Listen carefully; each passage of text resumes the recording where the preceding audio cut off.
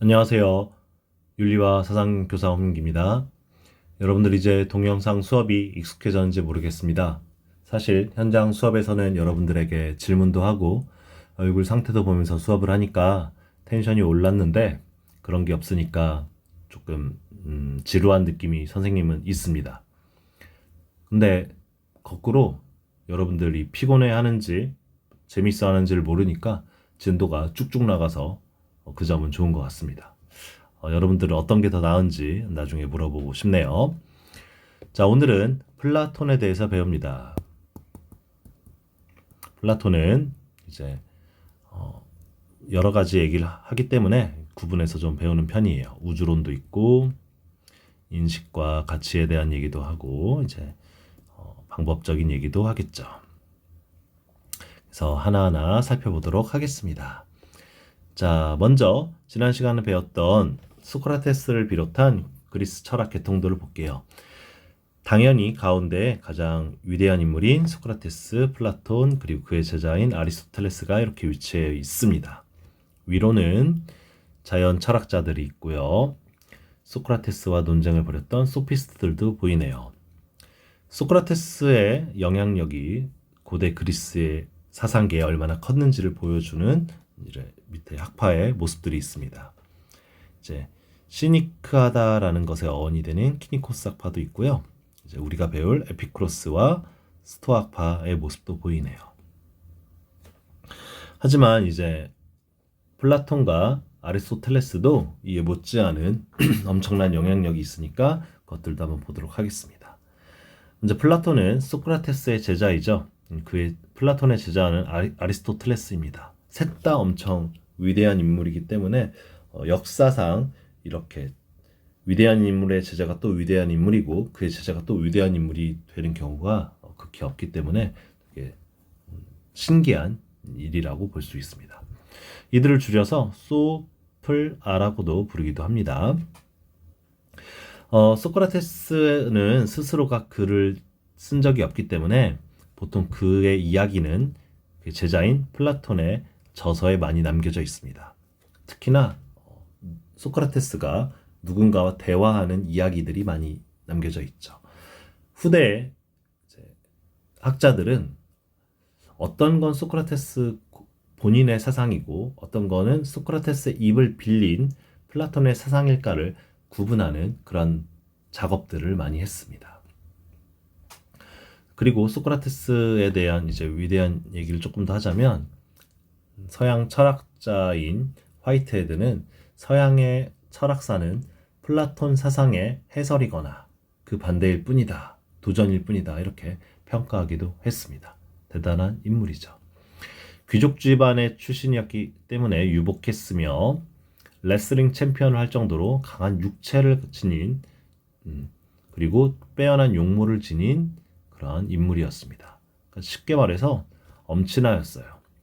더군다나 그의 스승이 누굽니까? 위대한 사상가 소크라테스 아닙니까? 굉장히 운이 좋게 태어난 엘리트였던 거죠. 하지만 이러한 플라톤에게도 당연히 불운이 있을 수 있죠. 대표적인 게 그의 스승 소크라테스가 민주주의 체제에서 다수결에 의해서 사형을 당한 뒤에 민주주의의 한계를 느끼기도 합니다. 그리고 그는 현실의 한계를 뛰어넘어 이상에 도전하려는 그런 인물이었죠. 자, 소크라테스와 플라톤을 비롯해서 고대 그리스의 위대한 사상가들이 그려진 아테네 학당이라는 그림입니다. 근데 르네상스 시기에 만들어졌고요. 정확히 르네상스 시기에 만들어졌고 라파엘로라고 하는 미술가가 만들었습니다. 이러한 아테네 학당에는 다양한 사상가들이 있죠. 보면은 피타고라스 수학자로 유명하죠. 유클리드 기하학, 그리고 고대 천문학자인 프톨레마이오스, 종교 지도자 조로아스터 등등 해서 굉장히 많은 인물들이 그려져 있습니다. 이러한 이 위대한 인물들 사이에서도 가운데 위치해 있는 게 바로 플라톤과 아리스토텔레스입니다. 자세히 확대해서 보면은 플라톤은 손가락을 위를 향하고 있고 그의 제자인 아리스토텔레스는 손바닥으로 땅을 향하고 있습니다. 이건 이제 라파엘로가 이제 그들의 철학적 특징을 보여주는 장면인 거죠. 이상을 중시했던 플라톤, 현실을 조금 더 긍정했던 아리스토텔레스의 모습입니다. 자, 이제 본격적으로 학습지를 병행해서 수업을 진행해 보도록 하겠습니다. 자, 플라톤과 아리스토텔레스, 스승과 제자의 관계이지만 그들은 이상주의 대 현실주의로 대립을 합니다. 두 번째, 서양 사상의 주제입니다. 자, 질문을 한번 해보도록 하겠습니다. 꽃은 왜 시들까요? 미리 대답을 하자면 플라톤 입장에서 현실의 꽃은 불완전하기 때문입니다. 우리의 오감, 시각, 후각, 미각, 촉각, 청각 등으로 파악하는 현실의 세계는 꽃뿐만 아니라 모든 것이 불완전합니다. 완전했다면 시들 일 없고, 완전했다면 어디 하나가 이제 구겨지거나 장애가 있지도 않았을 겁니다. 하지만 우리 현실의 모든 사람들은 어디 하나가 불편한 경우도 많고 삐뚤빼뚤한 경우도 많죠. 불완전하기 때문이다. 이렇게 보는 게 플라톤의 생각입니다. 현실 세계는 방금 말한 것처럼 불완전한 세계입니다. 그리고 이 세계는 100% 완전한 세계인 이데아의 세계라는 것을 모방한 카피품입니다. 이미테이션이에요. 100%에 대해서 이미테이션을 했기 때문에 50%일지 70%일지 10%일지 모르겠지만 어쨌든 100%의 세계에 못 미치는 100% 실제에 미치지 못하는 세계입니다. 그래서 불완전한 거죠. 그리고 이러한 세계를 진짜 실제한다라고 믿게 만드는 우리의 감각은, 우리가 갖고 있는 오감은 역시나 불완전합니다. 그래서 감각으로 파악하기 때문에 우리가 이것을 있다고 믿지만 사실은 이게 어쩌면 허상일 수도 있는 거죠. 마치 우리의 시각으로 신기루를 있다라고 착각하는 것처럼, 또 우리가 착시현상이라고 하죠. 이게 더 길어 보이지만 사실은 같아 보이는 것처럼 우리의 감각은 되게 불안하기 짝이 없습니다. 여러분, 예시를 하나 더 들어보도록 할게요. 우리는 지금 되게 고요한, 평온한 곳에서 수업을 듣고 있습니다. 그래서 지루할 수도 있을 정도로 되게 평온하죠. 하지만 사실 우리 지구는 여러분들 굉장히 빠르게 자전하고 공전하고 있다는 사실을 알 겁니다. 태양을 포함한 태양계 전체는 우리 은하를 빠르게 돌고 있어요. 속도는 얼마냐면 1초에 220km를 가고 있습니다. 시속 70만 km예요. 하지만 우리는 어지럽지 않고 평온하죠. 우리 은하 주변을 태양이 돌고 있는 것보다도 우리는 더 빠르게 그것을 쫓아가면서 자전하고 공전하고 있습니다. 우리의 감각으로는 우리의 세계가 이렇게 빠르게 이동하고 있다는 것을 파악할 수 없죠. 그래서 플라톤은 감각을 불신하고 이성을 긍정합니다. 우리가 이렇게 초속 220km로 이동하고 있다는 것도 이성으로서 파악한 산물이죠. 그래서 플라톤은 특히나 수학을 굉장히 좋아했습니다. 자신이 만든 학교인 아카데미아의 입구에는 이렇게 써 있죠. 기하학을 모르는 자 이곳에 발을 들이지 마라. 여러분들 그래서 여러분들도 수학을 배워야 되는 이유 중 하나가 이제 우리가 착각이 아닌 진실을 맞이할 수 있기 위해서 수학을 배워야 된다는 거죠. 네, 다 동의할지 모르겠네요. 자, 어쨌든 이러한 현실과 달리, 우리가 살고 있는 실제 현실 세계와 달리 이데아의 세계라는 게 따로 있습니다. 이데아의 세계는 무엇인지 얘기를 해보도록 할게요. 자, 이데아는 일단 여러분 영어 아이디얼의 어원이 됩니다. 이상적이다 이런 표현인 거죠. 이곳의 어원이 플라톤으로부터 나왔습니다. 자, 일단 현실에는 다양한 의자들이 있어요, 여러분. 색깔도 모양도 다 다릅니다. 그렇죠? 그런데 여러분, 의자가 의자라고 불리려면은 어떤 하나의 공통된 특징이 있어야 될 겁니다. 의자가 의자일 수 있게끔 해주는 속성, 그걸 우리는 본질이라고 부릅니다. 영어로는 essence죠. 더 에센스. 네. 의자의 본질은 뭐냐? 모습이든 모양이든 크기든 어찌됐든 간에 사람이 앉을 수 있다라는 특징을 모두 다 갖고 있습니다. 이게 없으면 의자가 될 수 없죠. 모양은 의자지만 사람이 앉을 수 없다면 그것은 의자의 모습을 한 장난감이거나 예술품일 뿐입니다. 하지만 의자라고 불러서는 안 되는 거죠. 이해되나요? 본질이란 그런 겁니다. 지우개의 본질은 모양과 크기가 다 다르더라도 무언가를 지우는 것이겠죠. 캠핑카, 스포츠카, 트럭 다양한 게 있지만 자동차의 본질은 이동수단인 것. 이게 바로 본질입니다. 그래서 여러분들 의자라고 하면 우리 머릿속에 떠오르는 의자의 형상이 있을 거예요. 형태가 있을 거예요. 그게 바로 뭐냐? 이데아입니다. 우리 현실 세계 바깥에 있으면서 우리 세계의 다양한 의자들을 우리가 만들어낼 때 떠오르는 하나의 하나의 모델이 되는 게 바로 의자의 이데아인 거죠. 그걸 이제 보편적 본질이라고 말하기도 합니다. 예외가 없는 본질이죠. 현실 세계 너머에 존재하면서 이데아의 세계에 있으면서 현실 세계의 모든 의자들을 존재할 수 있도록 하는 실체입니다. 100% 실제다. 이렇게 해서 실체라고 말합니다. 자, 동그라미에 대해서 얘기해 보도록 할게요. 현실 세계에는 되게 다양한 원들이 존재합니다. 그리고 그러한 형태들은 조금씩 다르며 불완전합니다. 지금 여러분 여기 글자에도 동그라미가 있죠. 원이라는 글자에도 동그라미가 있습니다. 하지만 이 글자는 자세히 보면은 픽셀이 깨져서 이렇게 돼 있을 거예요. 그렇다고 합시다. 이 원도 마찬가지입니다. 아무리 컴퓨터로 해봤자 그 픽셀이 있기 때문에 원이 완벽하게 나오지 않아요. 그리고 설령 완벽한 원처럼 보인다 하더라도 우리는 4차원 시공간에 있기 때문에 이제 차원의 곡률로 인해서 평평하지가 않습니다. 그렇기 때문에 현실에서 만들어내는 모든 원은 두께가 있거나 구부러지는 등 불완전하죠. 오직 이데아에서만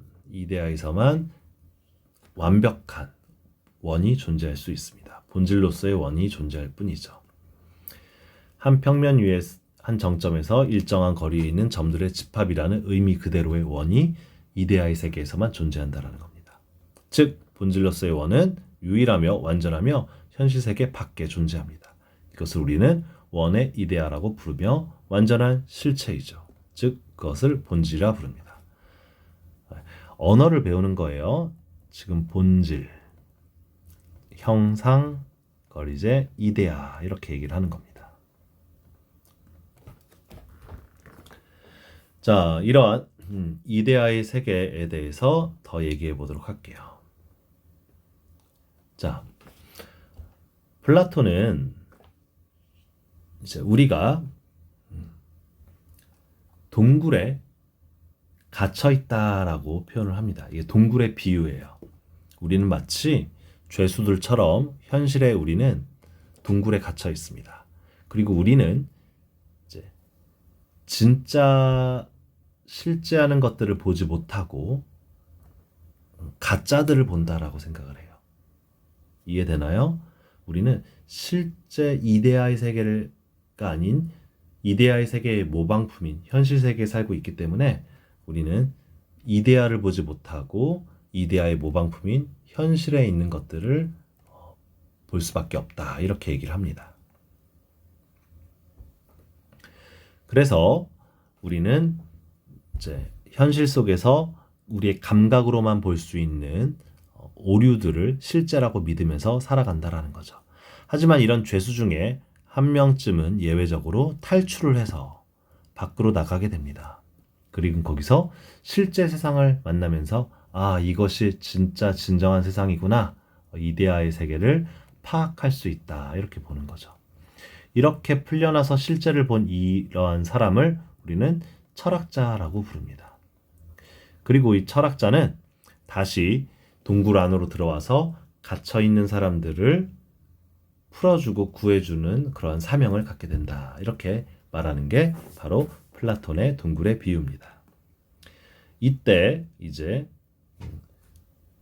다양한 이데아들, 나무의 이데아, 구름의 이데아, 바위의 이데아, 물의 이데아 등도 있겠지만 이데아 중에 이데아, 최고의 이데아가 있습니다. 이걸 바로 선의 이데아라고 불러요. 이건 마치 신과 같은 존재입니다. 그래서 조음의 이데아라고 부르며 최고의 이데아고 이데아 중에 이데아라고도 부릅니다. 그래서 이 선의 이데아는 좀 파악해 두실 필요가 있어요. 그래서 이러한 이데아는 감각이 아닌 이성으로 파악할 수 있는 세계이며 영원불변의 본질적 세계, 100% 실제하는 세계입니다.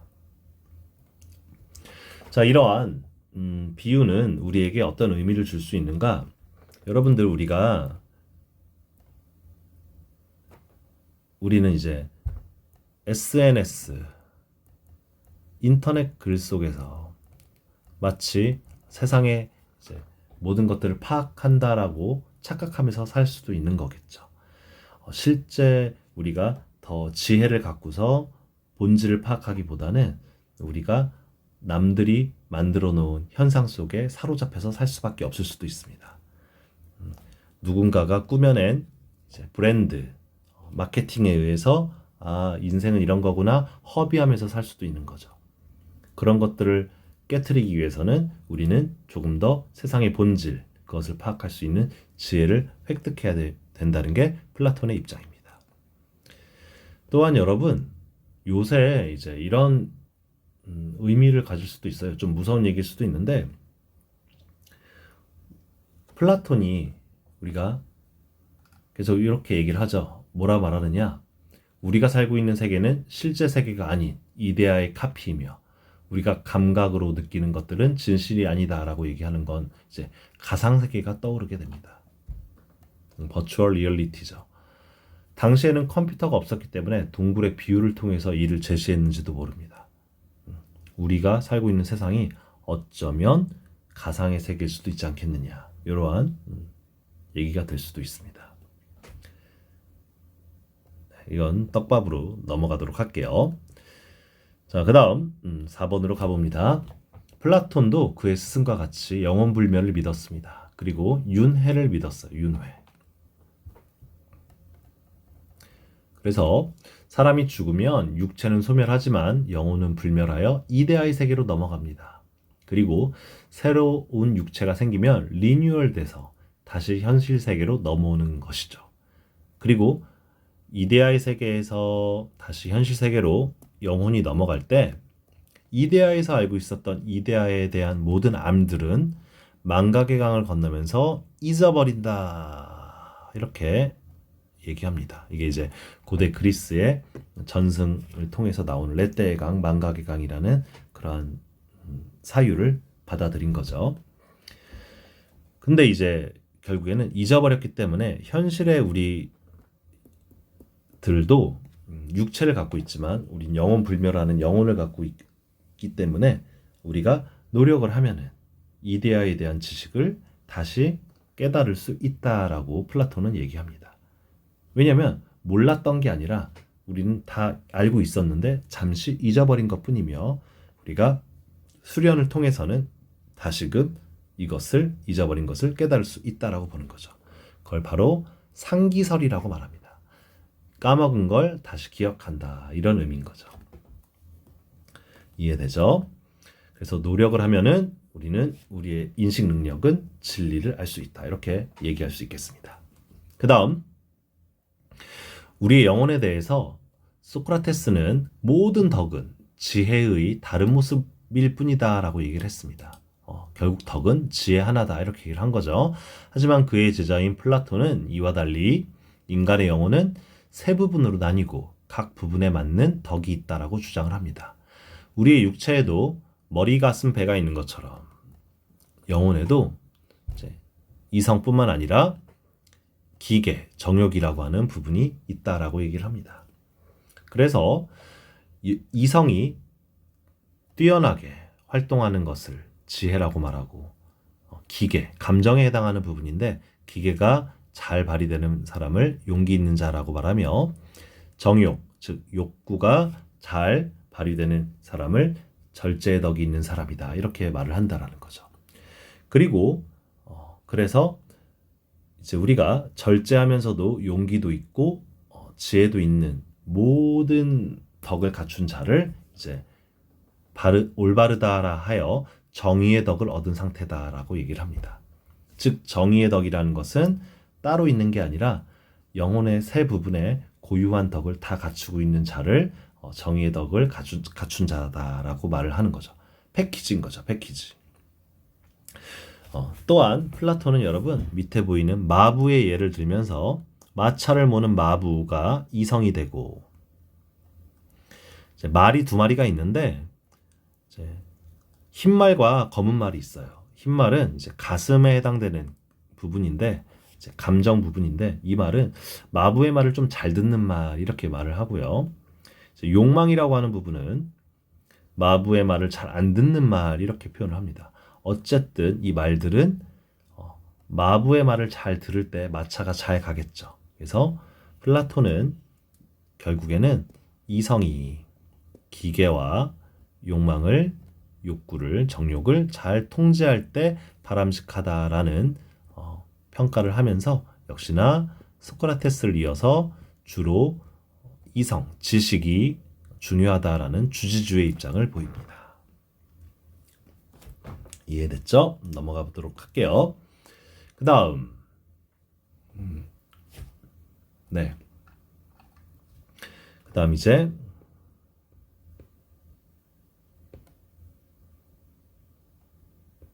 자, 이제 우리가 이런 정의로운 사람으로 살아야 된다라고 얘기를 했잖아요. 이 지혜, 용기, 절제를 갖고서요. 그쵸? 근데 이제 우리가 그러한 사람으로 자라나기 위해서는 우리의 사회, 우리의 국가가 역시나 정의로워야만 그러한 정의로운 삶을 살 수가 있을 겁니다. 그렇기 때문에 플라톤은 정치 체제에 대해서 관심을 많이 가졌어요. 특히나 그의 스승인 소크라테스가 민주주의에 의해서 죽임을 당했다라고 생각을 했기 때문에 더욱더 민주주의가 아닌 더 좋은 체제에 대해서 고민했죠. 그렇게 해서 플라톤이 이상적으로 추구한 체제가 바로 뭐냐? 철인 통치 혹은 철인 정치로 얘기를 합니다. 이러한 철인 정치는 바로 철학자가 통치하는 그러한 세상을 말해요. 자, 이때 철인 통치의 사회는 계급제 사회인데, 먼저 약간 이해를 편하게 하기 위해서 교육제도를 말해줄게요.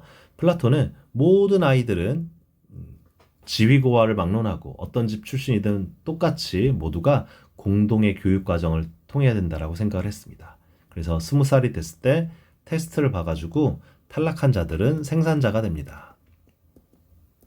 그리고 더 공부를 해서 노력을 해서 여러 가지 과목을 배워서 30살이 되었을 때 또 그 다음 커트를 한 번 해서 이제 이들은 수호자 계급이 됩니다. 군인 계층을 말해요. 그 다음 이제 엄격하게 선발한 소수의 인원만이 이제 계속해서 국가의 실무를 거치고, 그리고 더 뛰어나게 이제 완벽한 존재가 되었으면은 그 자가 바로 뭐가 되느냐? 통치자가 되는 거죠.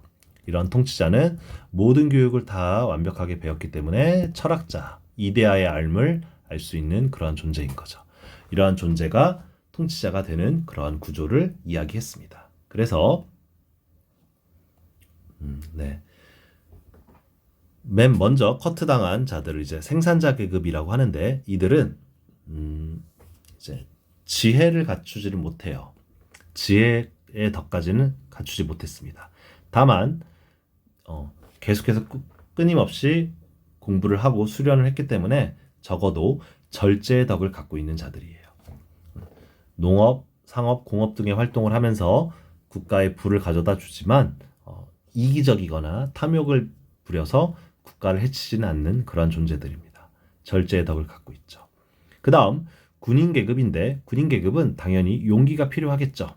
외적과 맞서 국가를 방위하는 그런 군인 계급을 수호자 계급이라 하는데 하지만 그들도 역시나 생산자 계급이 되는 생산자들과 동일한 교육 과정을 갖췄기 때문에 적어도 절제의 덕은 기본적으로 갖고 있습니다. 거기에 용기의 덕이 추가가 되는 거예요. 용기의 덕만 갖고 있는 게 아닌 거죠. 그리고 끝으로 통치자 계급, 즉 철학자가 되는 이러한 존재들은 사회를 통치하는데 그들은 절제, 용기, 지혜 모두를 갖고 있는 겁니다. 지혜의 덕만 갖고 있는 게 아닌 거죠. 즉 정의의 덕을 획득한 상태인 겁니다. 이게 굉장히 중요한 부분이에요. 헷갈리시면 안 됩니다. 이해됐죠? 그리고 이 표를 봤을 때 또 확인할 수 있는 거는 플라톤이 생각한 이상사회의 모든 사회 구성원은 적어도 절제의 덕은 공통적으로 갖고 있다. 이것도 하나의 특징이 될 수 있겠습니다. 자, 그래서 정리해서 다시 얘기해 보면은 철학자가 통치하는 국가인 철인 통치, 철인 정치의 국가는 계급제 사회입니다. 이 계급이라는 건 재산이나 타고난 출신 등이 아니라 영혼의 능력에 따라 계층을 구분하는 사회예요. 예시로는 이제 금, 은, 동으로 이제 표현하기도 했었습니다. 메달이랑 비슷하죠? 영혼의 이제 금의 속성의 영혼도 있고 은 속성, 동 속성도 있는데 이러한 영혼의 능력에 따라서 철저히 능력제였던 거죠. 다음 전체주의, 민주주의 국가가 아니라 전체주의 국가입니다. 전체 시민은 우리 사회를 위해서 하나의 몸처럼 살아야 됩니다. 저는 나 개인의 목표는 군인입니다 해도 안 돼요. 그 능력이 동의 자질이라면 생산자 계급으로 가야만 합니다. 개인의 인권과 자유를 보장하는 사회가 아니라 전체 사회를 위해서 개인이 어쩔 수 없이 그 역할을 해야 되는 사회예요.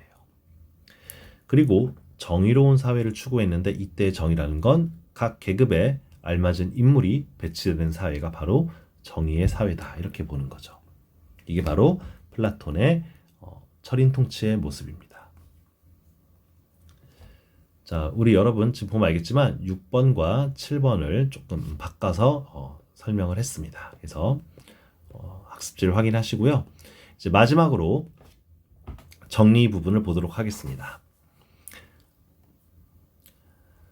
자, 플라톤은 우리 세계와 이데아의 세계가 나누어져 존재한다라고 이제 우주론 자체가 이원론적인 세계관을 얘기를 합니다.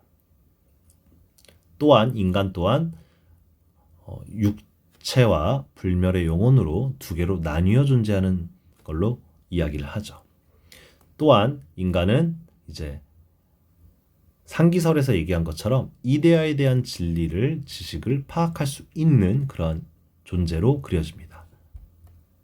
이성을 통해 수학적 사고로 이데아에 대한 지식을 얻을 수 있는 거죠. 그렇기 때문에 플라톤은 철저히 현실보단 이데아가 더 우월한 세계가 있다.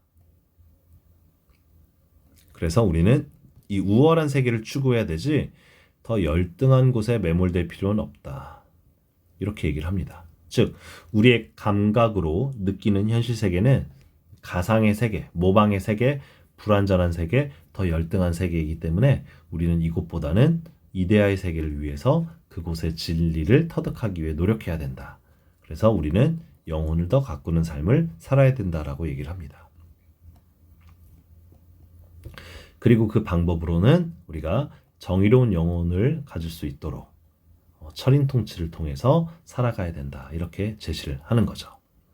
그래서 플라톤이 이 서양 철학에서 가장 많은 영향을 끼친 부분은 뭐냐? 이분법적으로 더 우월한 것과 더 열등한 것을 구분했다. 이렇게 이해하시면 될 것 같습니다. 자, 형성평가는 따로 이제 아리스토텔레스까지 배우고 그 둘을 비교하는 문제를 여러 문제 함께 풀어보도록 할 겁니다. 그래서 오늘은 일단 플라톤의 이론에 대해서 배워보았습니다. 이게 앞서 말한 것처럼 한 시간에 끝날 수 없는 분량일 수도 있는데 그냥 무지성으로 막 나가봤습니다. 여러분들이 한 번에 소화하기 어려울 수도 있으니까 꼭 다시 한번 학습지를 보면서 복습해 볼 수 있도록 하길 바랄게요. 그다음 우리 이제 다음 시간에 플라톤의 제자 아리스토텔레스를 배우면서 만나도록 하겠습니다. 수고하셨습니다.